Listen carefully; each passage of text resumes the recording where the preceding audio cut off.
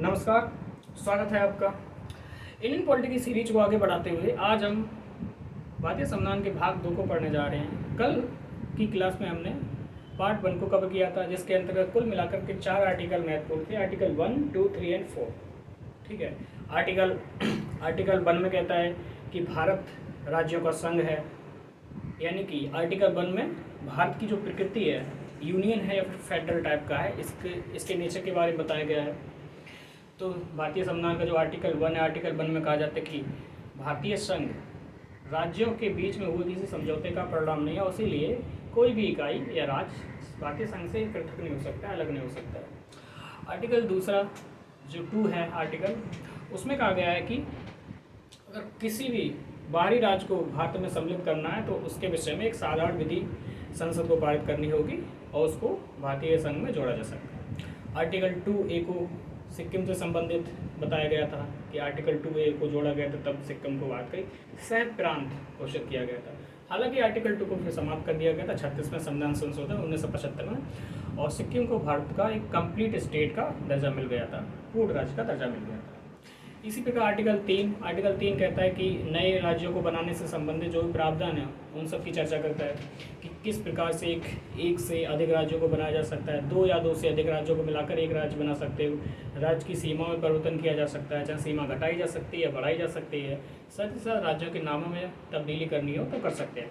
हालाँकि यहाँ पर एक चीज़ ध्यान रखना कि अगर राज्यों की जो कैपिटल होती हैं, उनकी राजधानियाँ होती हैं, उनका नाम बदलना है या फिर राजधानी बदलनी है तो स्टेट कैपेबल है कि वो ऐसा कर सकता है। इसके लिए सेंटर की आवश्यकता नहीं पड़ेगी, ठीक है, स्टेट स्वयं करता है। आर्टिकल 4 में ये कहा गया था कि आर्टिकल 2, आर्टिकल 3 से संबंधित जो भी संशोधन किए जाएंगे वो आर्टिकल 368 के अंडर नहीं आएंगे, यानी कि उनके तहत आर्टिकल 2, आर्टिकल 3 के तहत जो भी संशोधन होगा वो साधारण संशोधन होगा, वो विशेष संशोधन नहीं होगा अंडर द आर्टिकल 368 के तहत। ठीक है, तो आज हम संविधान के भाग 2 को पढ़ते हैं। संविधान के पार्ट 2 में आर्टिकल कुल मिलाकर आर्टिकल 7 हैं और उसी में पूरी बातें की गई हैं। ठीक है, तो भाग 2 आर्टिकल 5 से लेकर आर्टिकल 11 जो कि आपका सिटीजनशिप यानी कि नागरिकता।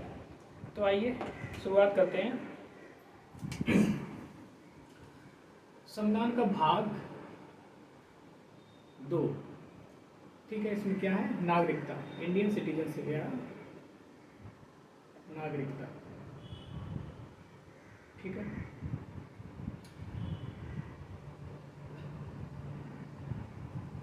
इसमें कुल मिलाकर के 7 आर्टिकल हैं जो नागरिकता के संदर्भ में तरह तरह के प्रावधानों की बात करते हैं। एक आर्टिकल 5 है, एक आर्टिकल 6 है, एक आर्टिकल 7 है, एक आर्टिकल 8 है, इसी प्रकार एक आर्टिकल 9 है,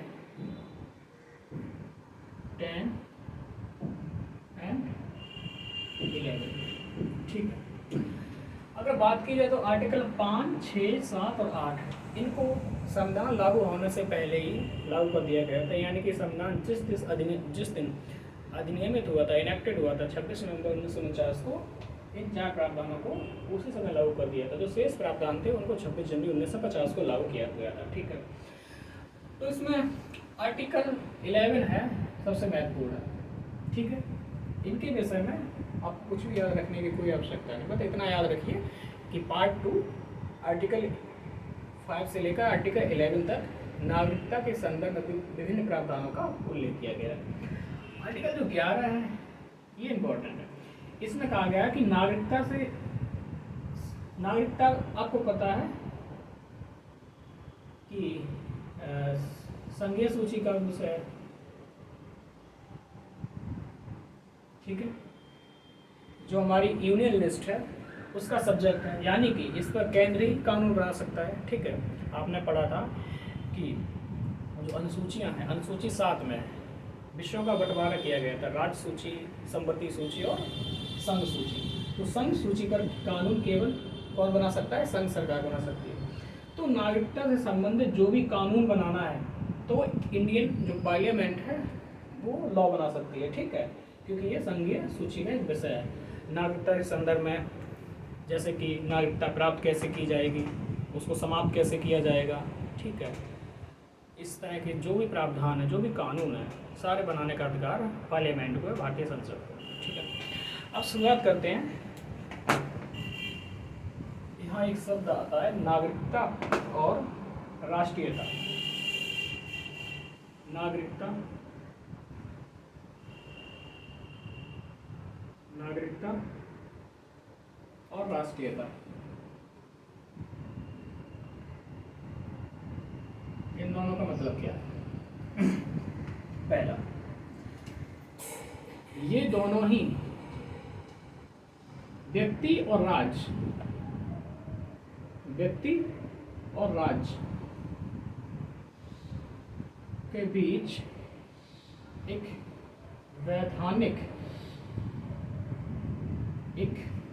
वैधानिक संबंध स्थापित करते हैं।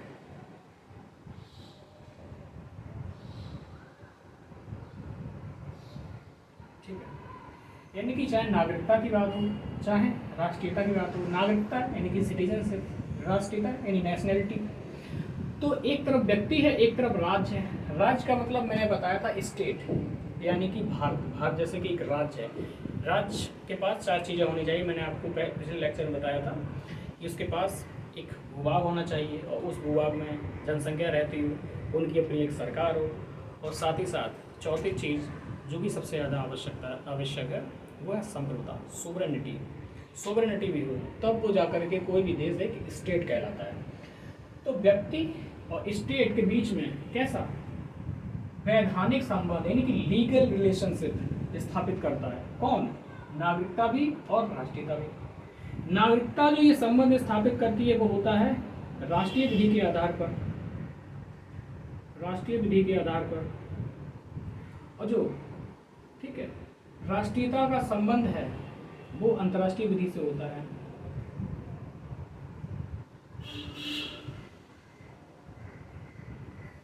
यानी बात क्या हुई? मतलब ये कि आप भारत के नागरिक हैं या नहीं, यह कौन तय करेगा? भारत सरकार तय करेगी, पार्लियामेंट तय करेगी। पार्लियामेंट उससे संबंधित कानूनों का निर्माण करती है। उस कानून के जो मानक होते हैं, जो उनके नॉर्म्स होते हैं, अगर उनको फुलफिल आप कर रहे हैं तो भारत की आप सिटीजनशिप मिल जाएगी, आप भारत के नागरिक कहलाएंगे। ठीक है, तो ये राष्ट्रीय विधि से तय होती है, यानी कि देश स्वयं विधि बनाता है, उससे तय होती है नागरिकता। ठीक है, दूसरा राष्ट्रीयता तय करते हैं अंतर्राष्ट्रीय विधि से। फॉर एग्जाम्पल, आप किसी विदेश में गए हैं या संयुक्त राष्ट्र संघ में गए हैं, कोई अंतर्राष्ट्रीय संगठन अन्य प्रकार के हैं, WHO है, ठीक है, ITO है, WTO है, WHO है, या फिर अमेरिका है, सऊदी अरब है, ब्रिटेन है, कनाडा है, ऑस्ट्रेलिया, कहीं भी आप गए, तो जब भी आप जाएंगे तो आपसे वहाँ पूछा जाएगा कि आपकी नेशनलिटी, आपकी राष्ट्रीयता कहाँ की है। आपसे वहाँ ये नहीं पूछा जाएगा कि आपकी नागरिकता कहाँ की है, सिटीजनशिप कहाँ की है, आपकी राष्ट्रीयता कहाँ की है। तो आप बताएंगे कि मैं भारत से हूँ, मेरी राष्ट्रीयता ना भारत की है। तो आपके जो वीज़ा होता है, जो पासपोर्ट होता है, उस पर टैग लगा दिया जाए कि नेशनलिटी है इंडिया की, भारत की। तो अंतर्राष्ट्रीय स्तर पर आपको राष्ट्रीयता के आधार पर पहचान मिलेगी, और भारत देश के अंदर की बात करें तो नागरिकता के आधार पर आपको पहचान होगी या पहचान होगी। ठीक है, तो ये राष्ट्रीय विधि के आधार पर तय होती है, कोई व्यक्ति नागरिक होगा या नहीं होगा, राष्ट्रीय विधि तय करेगी, और राष्ट्रीयता अंतर्राष्ट्रीय विधियाँ तय करती है। ठीक है, अब बात करते हैं कि कोई भी देश हो, उसमें क्या होता है, उसमें लोग रहते हैं, और लोग कौन कौन रहते हैं? 2 प्रकार के रहते हैं, एक होते हैं नागरिक, एक होते हैं गैर नागरिक। कोई भी देश है वहाँ पे क्या होते हैं? लोग रहते हैं, पॉपुलेशन रहती है। ठीक है, किसी भी देश में इसमें 2 प्रकार के लोग रहते हैं। 2 प्रकार के कौन कौन? एक होते हैं नागरिक होते हैं, सिटीजन होते हैं। ठीक है, एक नागरिक होते हैं और दूसरे गैर नागरिक, यानी कि नॉन सिटीजन होते हैं, नॉन सिटीजन। ठीक है, कोई भी देश है वहाँ पे एक सिटीजन नागरिक होंगे और एक गैर नागरिक होंगे। ठीक है, तो इसमें ये देखा जाए तो कि नागरिक तो भारत सरकार के या भारत के या किसी भी देश के पूर्ण सदस्य कहलाते हैं, कंप्लीट जो मेंबरशिप होती है उनके पास ये होती है। इस पर बाद में बात करते हैं, थोड़ा इस पर देख लेते हैं तो नॉन सिटीजन होते हैं, इनमें भी दो प्रकार के होते हैं। एक होते हैं फ्रेंडली फ्रेंडली या फिर फ्रेंडली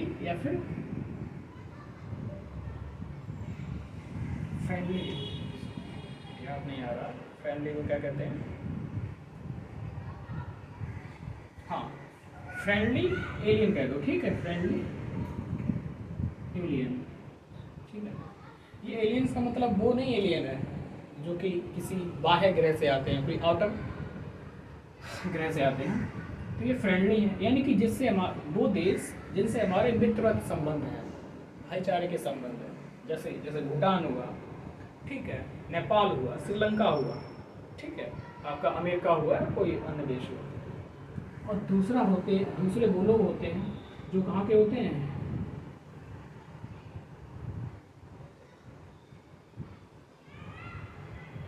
जो इनेमली एलियंस होते हैं, ठीक है। इनेमली एलियंस यानी शत्रु देश से हों। अब बात होगी कि शत्रु देश का मतलब क्या है।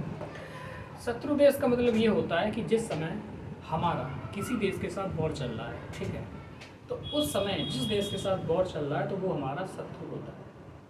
हालांकि भारत सरकार ने अभी तक किसी भी राज्य को इनेमली एलियंस या इनेमली स्टेट के रूप में नहीं मान्यता दी है, नहीं डाला, यानी कि हमारा वर्तमान में शत्रु राष्ट्र कोई नहीं है।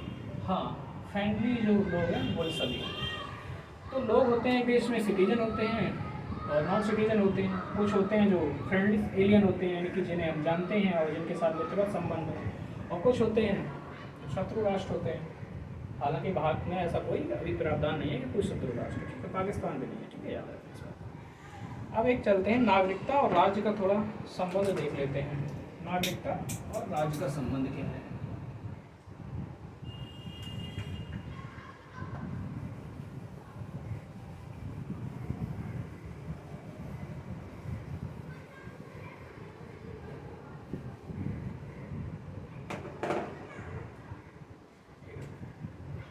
ये हो गए आपके नागरिक,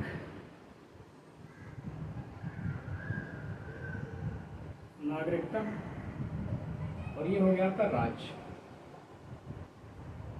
यानी स्टेट, ठीक है। ये नागरिक हो गए, ये राज्य हो गया।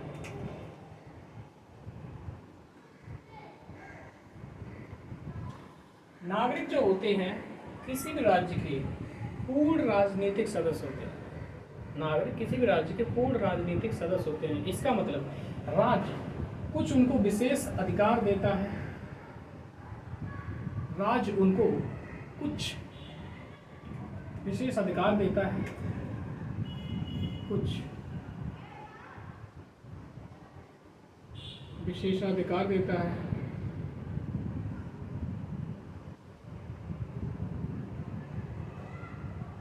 ठीक है।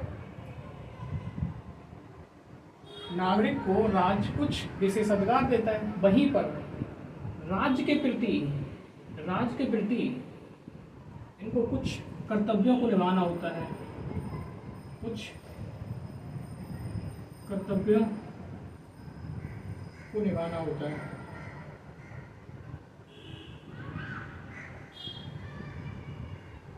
ठीक है। दूसरे, इनको राज्य के प्रति निष्ठा रखनी होती है। कैसी? सदैव निष्ठा रखनी होती है, सदैव निष्ठा रखनी होती है। उसमें एक और चीज़ जो कि सबसे ज़्यादा महत्वपूर्ण है वो ये है कि राज्य और व्यक्ति का जो संबंध होता है, राज्य और व्यक्ति का जो संबंध होता है वो कैसा होता है? वैधानिक संबंध होता है,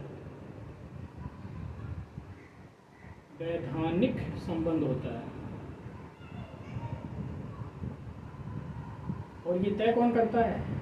राष्ट्रीय विधि तय करती है, जो देश की विधि होती है, नेशनल लॉ तय करता है, ठीक है। इस फिगर के माध्यम से समझिए कि राज्य में सभी लोग रहते हैं, एक नागरिक होते हैं और एक गैर नागरिक होते हैं। तो गैर नागरिक को तो मैंने बता दिया कौन होते हैं। अब नागरिक कौन होते हैं? पहले क्या होता है, राज्य एक अपना लॉ बनाता है, कानून बनाता है, ठीक है, और उससे तय करता है कि जो भी इस कानून के जो मानक हैं उनको जो तय करेंगे, उनको फुलफिल करेंगे, पूर्ण करेंगे, उनको हम भारतीय स्टेट का एक फुल मेंबर का दर्जा दे देंगे, पूर्ण सदस्य का दर्जा दे देंगे।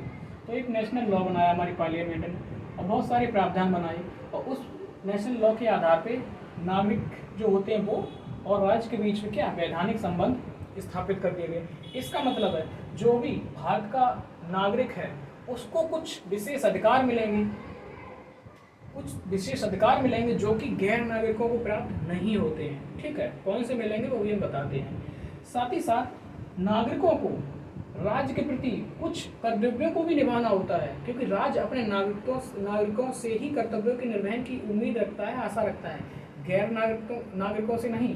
कौन से कर्तव्य होते हैं वो भी बताता हूँ। साथ ही साथ नागरिक सदैव राज्य के प्रति निष्ठावान रहते हैं, और जैसे ही राज्य को लगेगा कि इस नागरिक में राज्य के प्रति निष्ठा नहीं बची है, राज्य के संविधान के प्रति आस्था नहीं बची है, तो उसकी नागरिकता को समाप्त करने के भी पर्याप्त कार्ड देते हैं और ये समाप्त कर भी देते हैं। ठीक है, अधिकार होता है राज्य को। तो इस प्रकार से आप देख सकते हैं। ठीक, अब यहाँ पे आप समझिए कि कौन कौन से विशेष अधिकार मिलते हैं। तो आपने पढ़ा होगा कि संविधान का पार्ट 3 भाग 3 जो है 3 है, उसमें मौलिक अधिकारों की बात की गई है, जो कि आर्टिकल 12 से शुरू होते हैं और 35 पे समाप्त होते हैं।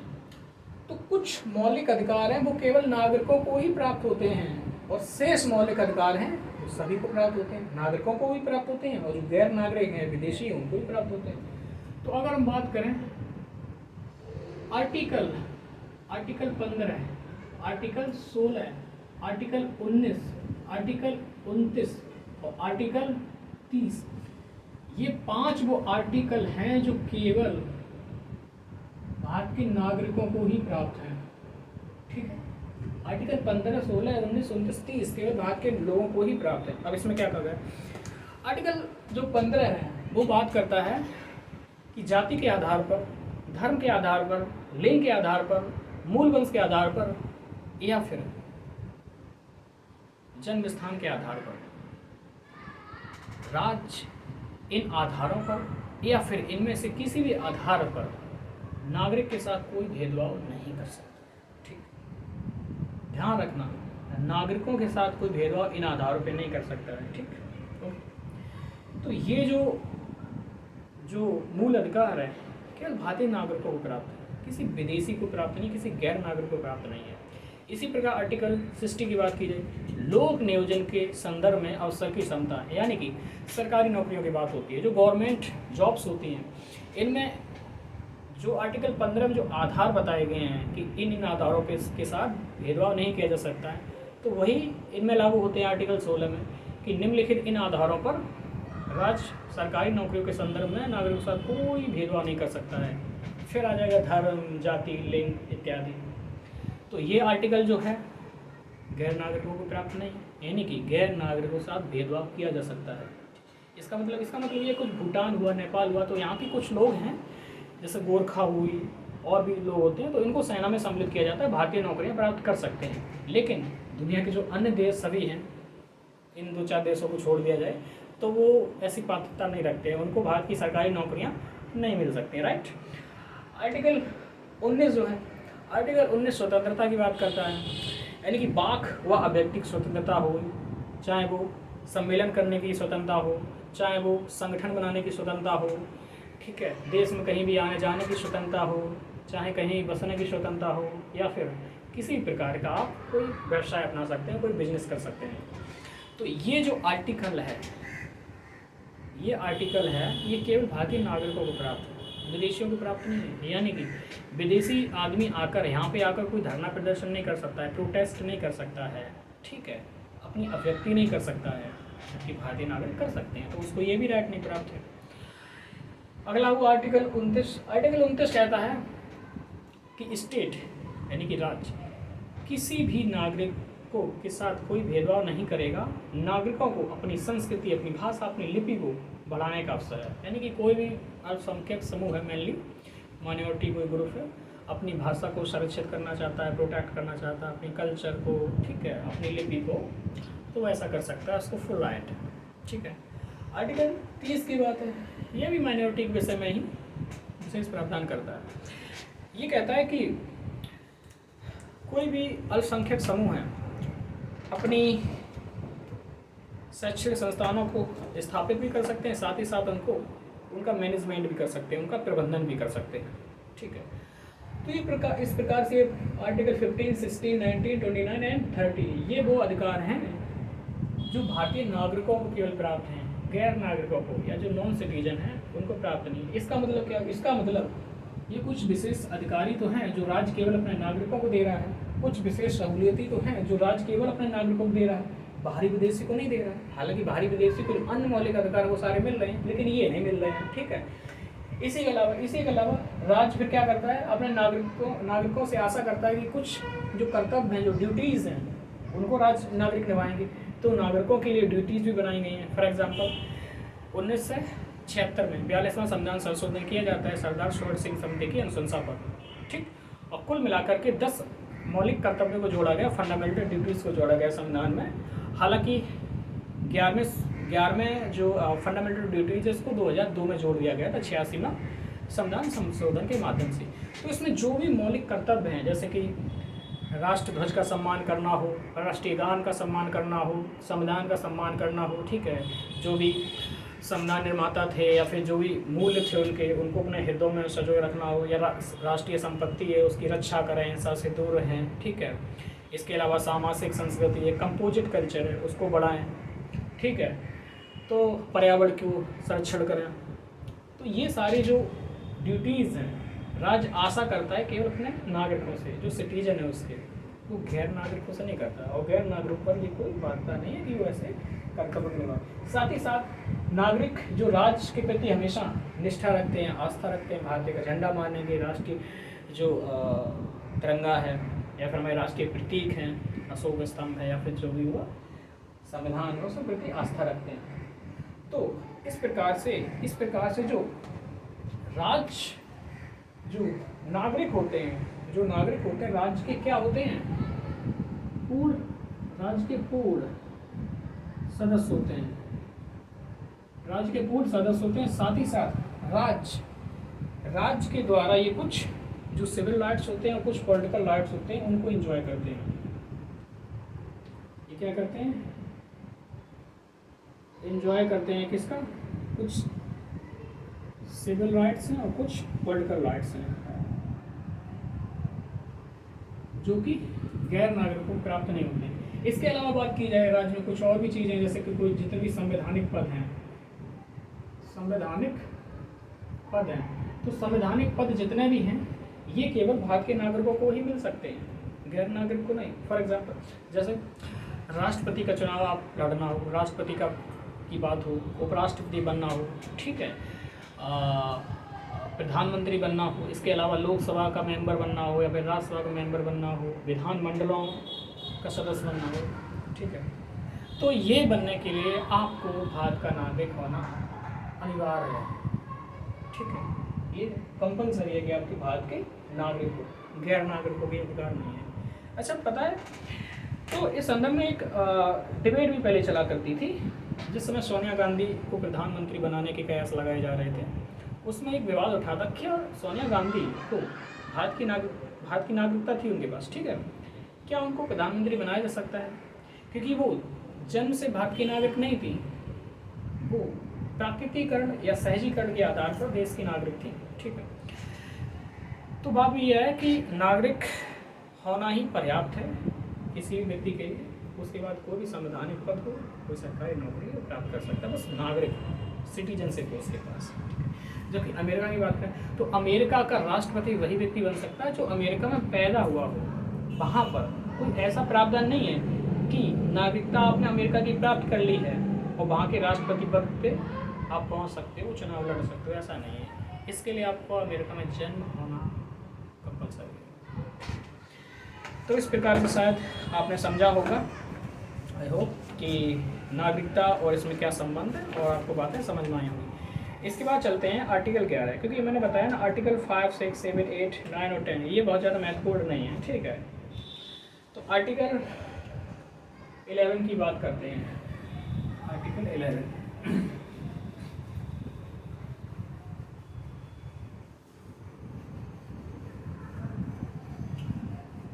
जो आर्टिकल 11 है,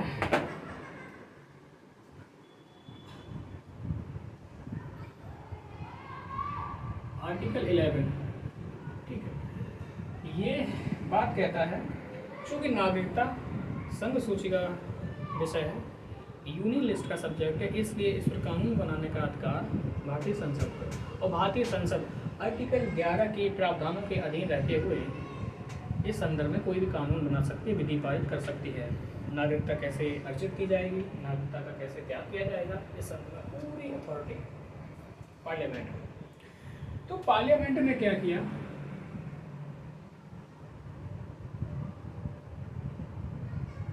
पार्लियामेंट ने इसका आर्टिकल 11 का प्रयोग करते हुए भारतीय नागरिकता एक एक्ट पारित किया, भारतीय नागरिकता अधिनियम, भारतीय नागरिकता अधिनियम 1955, इंडियन सिटीजनशिप एक्ट 1955। इसको शॉर्ट में लिख दे रहे हैं क्योंकि बार बार उल्लेख आएगा। Indian citizenship act 1955, right. तो पार्लियामेंट ने यह अधिनियम बनाया क्योंकि देखो ऐसा था कि नागरिकता के संदर्भ में कानून बनाने की बहुत ज़्यादा होच-पोच हो रही थी संविधान सभा में। जब संविधान सभा बैठी तो उसने कहा कि नागरिकता के संदर्भ में हम प्रावधान बनाएंगे। तो उस समय आपको पता है चूँकि देश का विभाजन हो चुका था, बहुत सारे नागरिक पाकिस्तान में गए या पूर्वी पाकिस्तान में गए, जैसे आज बांग्लादेश कहते हैं, फिर वहाँ से लौट आए कुछ समय रहते हुए, फिर चले गए और फिर लौट आए। तो सॉरी, उनको किस प्रकार से नागरिकता दी जाए, क्या प्रावधान होने चाहिए, तो काफ़ी असमंजस था। इसीलिए संविधान के निर्माण में एक लंबा वक्त भी लग गया, ये भी एक कारण था।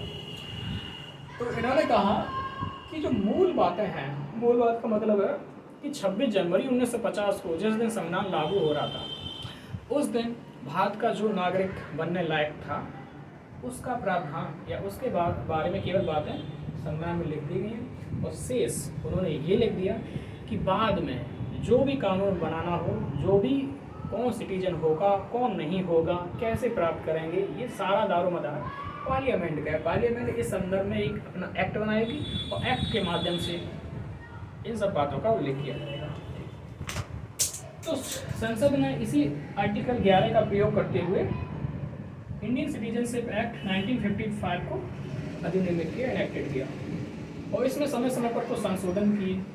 इस बात को भी आप याद रखना कि भारत में नागरिकता से संबंधित एक ही कानून है 1955 का।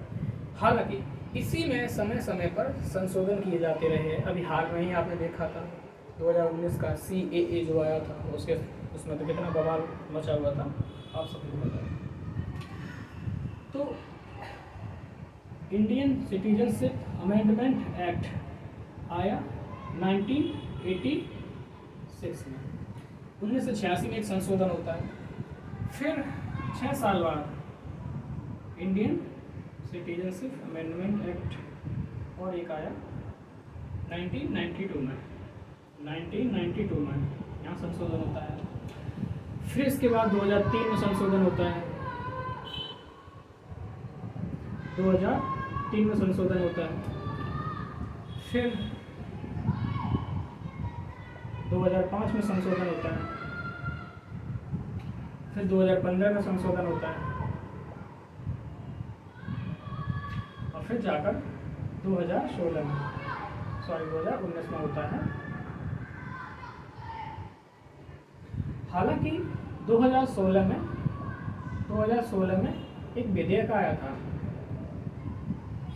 और 2016 का जो विधेयक था वही लगभग वही प्रावधान 2019 का जो विधेयक था बाद में एक्ट बन गया उसमें था। मुश्किल से 5% का अंतर था। ठीक है, क्या अंतर था बता देंगे बाद में आपको। तो भारतीय नागरिकता अधिनियम 1955 में संशोधन सबसे पहले 1986 में किया गया।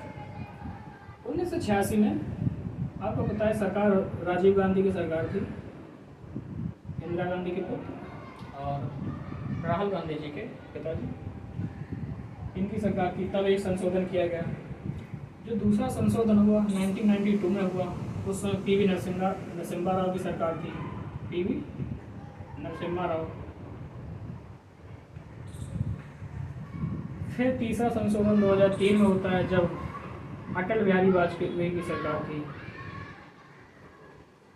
अटल बिहारी वाजपेयी की सरकार थी, एनडीए के लीडरशिप में, एनडीए, नेशनल डेमोक्रेटिक अलायंस, ठीक है, राष्ट्रीय लोकतांत्रिक गठबंधन। फिर 2005 में संशोधन अगला होता है, उस समय यूपीए गवर्नमेंट आ चुकी थी, मनमोहन सिंह थे, डॉक्टर मनमोहन सिंह। 2015 में संशोधन होता, आपको पता ही है, मोदी जी की सरकार है। और 2019 में होता है भी हाल ही में, यहाँ पर भी यही सरकार है। तो अब एक एक करके सबसे पहले हम जो सिटीजनशिप एक्ट है 1955 का, इसके प्रावधानों को समझ लेते हैं, मूल प्रावधान इसी में, और फिर जो समय समय पर कुछ संशोधन किए गए हैं उनको समझ लेंगे। और इस प्रकार से जो हमारा इंडियन सिटीजनशिप का जो चैप्टर है वो कंप्लीट हो जाएगा। ओके,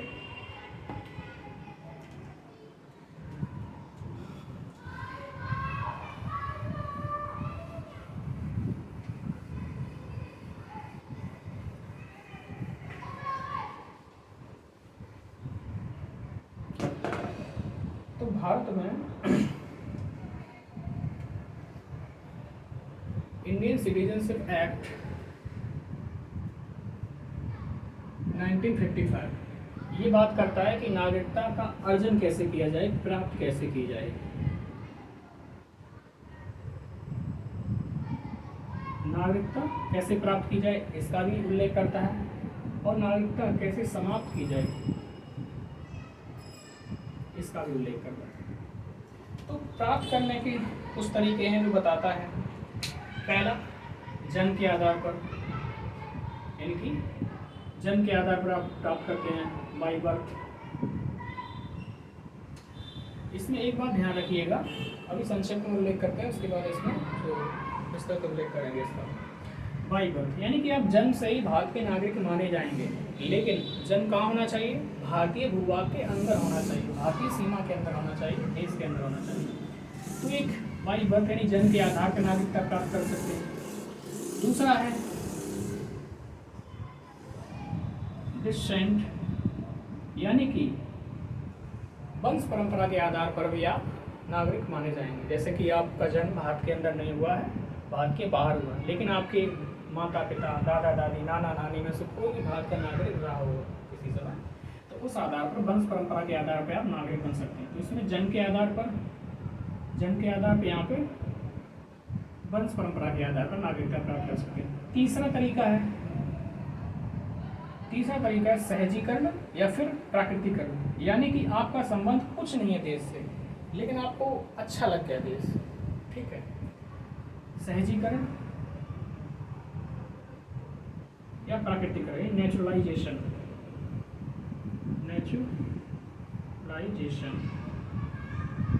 ठीक है। इस तरह से आप नागरिकता प्राप्त कर सकते हैं, ठीक है। साथ ही साथ आप जो पंजीकरण की प्रक्रिया होती है उसके माध्यम से भी नागरिकता प्राप्त कर सकते हैं, बाई रजिस्ट्रेशन,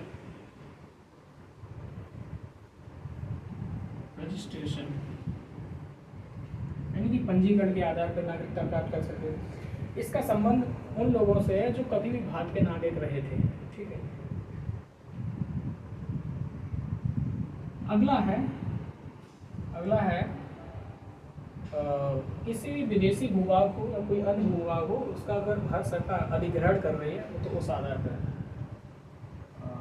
टेरिटोरियल एक्विजिशन, यानी कि नवीन क्षेत्र के अधिग्रहण,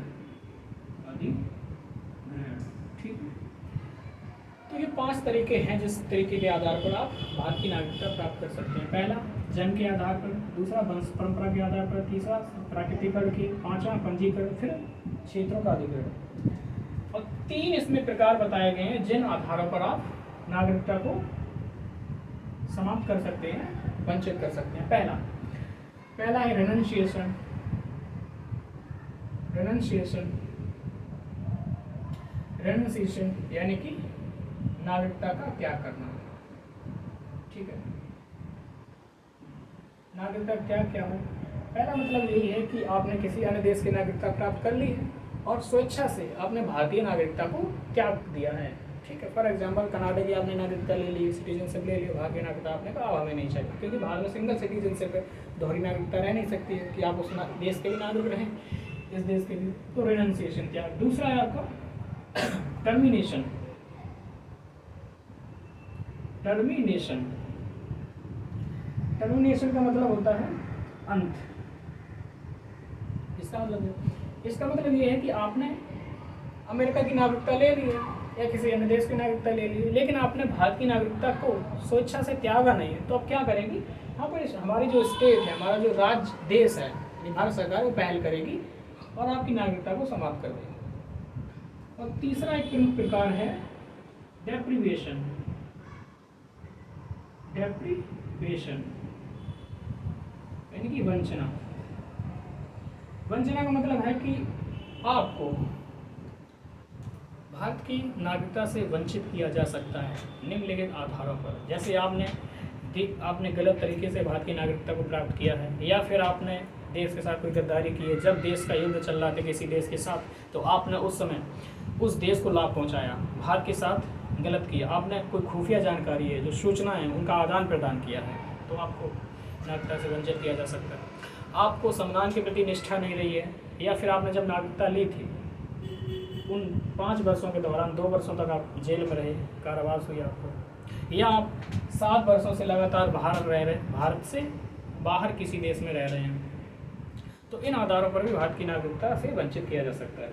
ठीक है, तो कैसे प्राप्त करें और कैसे समाप्ति होगी, इन बातों को मैंने बताया। तो आज के इस लेक्चर को यहीं पर विराम देते हैं।